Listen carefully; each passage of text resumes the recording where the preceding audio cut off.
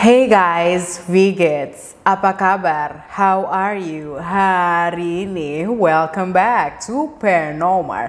In today's video, yes, kalian udah lihat juga di thumbnail, gue ada omongan tentang pramuka. We're gonna talk about it, okay? Yang sekolah di Indonesia pasti familiar banget sama yang namanya kegiatan pramuka. Iya, yang seragamnya cuma dipakai seminggu sekali doang. Tapi yang namanya kegiatan, apalagi di sekolah, pasti ada tujuannya dong, ya kan? Selain untuk membangun karakter, pramuka ini manfaatnya lumayan lah, ada belajar bekerja sama, disiplin, tolong menolong, dan lain-lain. Positif bukan? Iya, positif. Bahkan sampai ada komunitas orang-orang yang mendedikasikan diri mereka sama pramuka, yang dimana nih mereka ini bener-bener sampai tua, kakek, nenek masih jadi pembina pramuka, yang kayak masih dipanggil kakak ya. Makanya pada umur udah 50, 40 harusnya ngaruh dong ke sebagian besar pemuda-pemudi Indonesia. Oh tentu saja, tetapi itu tidak menutupi kemungkinan juga bakal ada manusia idiot yang bakal gue bahas di konten kali ini. Namun sebelum itu disclaimer dulu ya, kalau kasus yang bakal gue bawain ini lumayan sensitif, if not it's really sensitive karena melibatkan anak yang di bawah umur. So let's just get started. Here's Paranormal.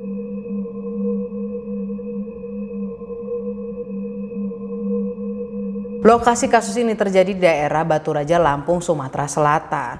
Waktu itu awal April 2020, kalau kalian masih ingat ya, pas itu kita masih dilanda dengan COVID-19, jadi semua kegiatan tuh yang keluar rumah mesti dikurangin, termasuk orang-orang yang kerja dan anak-anak sekolah. Mereka-mereka ini mesti belajar dari via Zoom. Begitu juga dengan murid berinisial R ini yang akhirnya harus melakukan kegiatan belajar mengajarnya itu via Zoom, ya online lah ya. Si R ini adalah cewek dan masih kelas 1 SMP by the way. Dan si R ini merupakan anak yang aktif, makanya dia mutusin lah buat ikut kegiatan tambahan di sekolahnya, yaitu adalah taekwondo. Bukan ya seperti di judul video, dia ini ngikut pramuka. Nah, kegiatan pramuka yang harusnya dikurangi selama COVID ini, tiba-tiba si R pamitan lah ke bapaknya dan bilang kalau ada acara pramuka di sekolahnya. Bapaknya yang denger ini awalnya nggak percaya dan sempat bertanya-tanya, lah emang beneran ada dek? Kan udah ada aturannya kalau semua itu mesti online, mau itu belajar di kelas ataupun kegiatan di luar lah kayak pramuka ini, itu nggak usah. Tetapi si R ini bisa meyakinkan bapaknya sampai bapaknya percaya. Ya udah, akhirnya diizinin juga dengan syarat nanti pulangnya dijemput ya. Yaudah deh tuh, singkat cerita berangkatlah bapaknya ke sekolah buat menjemput si R. Tapi pas lagi nyampe di sekolah, si bapaknya ini ngelihat sekolahnya tuh sepi. Dalam pikiran bapaknya, emang belum bubaran kali ya, tungguin aja deh sampai sebat lah itu di kantin. Tapi udah mau habis berapa batang tuh ya, bapaknya kok belum bubar-bubar, kok nggak ada kegiatan sama sekali, sini bersepi gitu loh. Bapaknya mulai gelisah lah dan punya perasaan gak enak. So therefore bapaknya mutusin lah buat nanya ke satpam sekolah yang kebetulan ada di sana. Jeleknya pas lagi ditanyain, satpamnya jawab,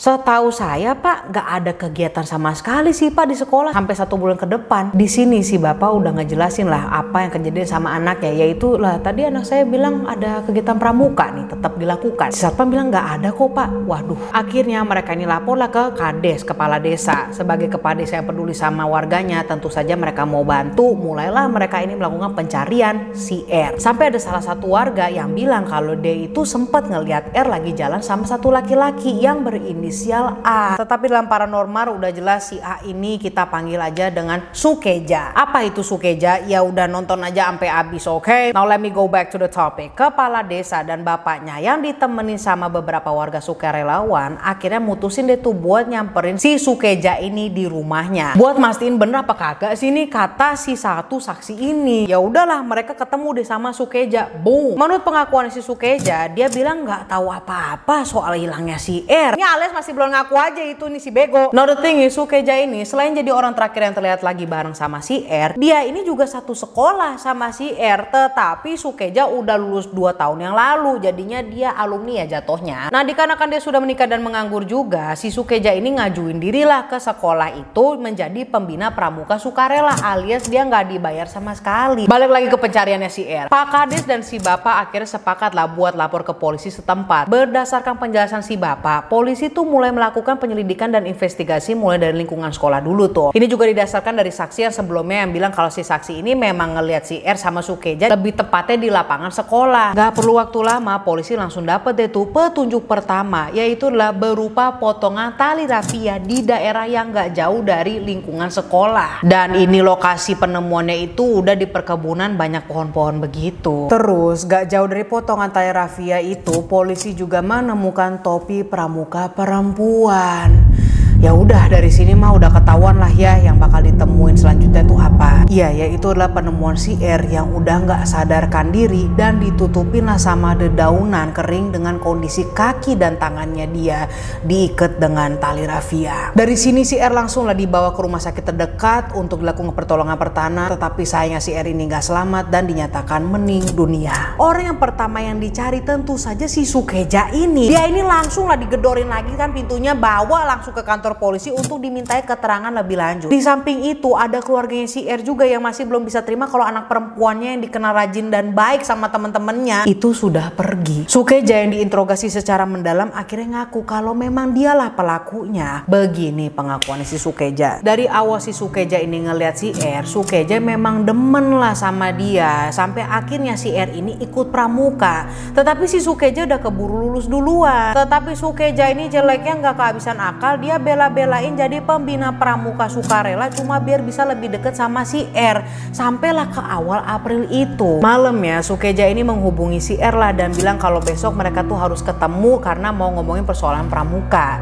Tetapi dia diingetin lagi tuh sama Sukeja, kalau bisa kamu gak bilang sama siapa-siapa ya soal pertemuan ini. Dan R mengikuti apa yang dia bilang. Besoknya bener aja si R ini langsung lah siap-siap mau berangkat dan pamit ke bapaknya dengan alasan yang tadi gua ceritain lah di awal-awal. It's really sad bahwa si R ini dimanipulasi dengan mudah sama si Sukeja. To the point dia nggak ada perasaan curiga sama sekali. Di pertemuan inilah Sukeja beraksi. Awalnya si R ini masih diajak ngobrol, tapi setelah dilihat sikon yang tepat, Sukeja langsung buru-buru ngambil kayu dan langsung ngegebok kepala belakangnya si R sampai dia ini jatuh dan pingsan. Keadaan yang lagi pingsan ini diseret lah sama Sukeja keluar lapangan dan ke daerah perkebunan yang agak dalam. Dengan kekuatan kartun Jepang dewasa dan kedongoannya dia ini, Sukeja melakukan hal-hal begitulah ke si R. Di tengah-tengah itu si R kebangun dong dan sadar kalau dia itu lagi diapa-apain sama Sukeja. Tentu saja si R ini berontak dan teriak-teriak, tapi sebelum sempat kedengar sama orang lain, mulut si R ini udah ditutup duluan sama si Sukeja. Dan disinilah Sukeja nyekek si R sampai dia nggak sadarkan diri pakai dasi pramuka. Kelar itu semua, si Sukeja ini langsung ngiket kaki dan tangannya si R pakai tali rafia. Lalu ini ada lagi ya, si Sukeja ini ngambil patahan ranting pohon terus mukul-mukulin dan nusuk-nusukin badan dan mukanya si R pakai ranting pohon sampai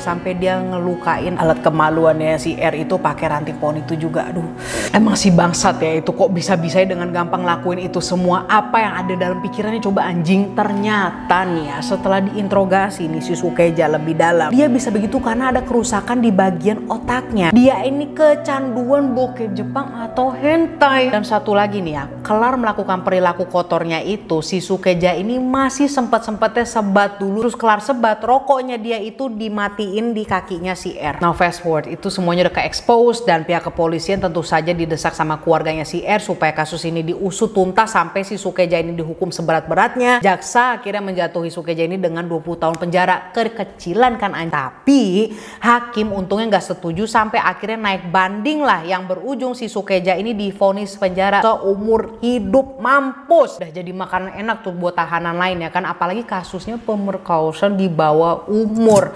Sekalian aja itu harusnya dihukum mati. Oh ya, gue hampir lupa ya, Sukeja itu bukan sekedar panggilan biasa. Kepanjangan Sukeja itu adalah si penyuka bokep Jepang. Terima kasih, dan itulah kasusnya. Tapi emang bener ya Teh, ya kan lu pernah lihat gak sih artikel yang dimana kalau lu nonton bokep terlalu banyak otak lu bakal jadi rusak. Tapi memang bener Teh, gue kalau ngeliatin dokumenter serial killer gitu ya, atau yang kayak pembunuh-pembunuh gitu, pasti ditemuin yang namanya stash. Lu tau stash kan? Iya, kayak itu kayak kumpulan kayak video, majalah. Thank you so much for watching this content. I will see you when I see you. Don't forget to like and subscribe. Follow your guys Instagram Sasha X Marissa. Dan bagi kalian yang ingin mengumpulkan intro Sasha Marissa, gue masih welcome you with the hair open arm. Go ahead, kirim ke email gue yang ada di description box. Alright, lalu gue taruh itu nanti di video selanjutnya. So yes, kirim intro Sasha Marissa kalian. Hey guys, Biggets, apa kabar? How are you hari ini? Di description box gue, email gue, and I will see you when I see you. Goodbye. Bye. Boleh minum ya? Kiss me up. Bahkan sampai ada komunitas orang-orang yang mendedikasikan diri mereka sama orang. Bahkan sampai ada komunitas orang-orang yang mendedikasikan dirinya. Lokasi kasus ini terjadi di daerah Batu Raja, Lampung, Sumatera Selatan. Paragraf 3. Hah? Paragraf 3 kan itu? Kuadrat 3. Paragraf. Kuping budek. Kuping budek ngomong kenceng tapi ya gimana ya.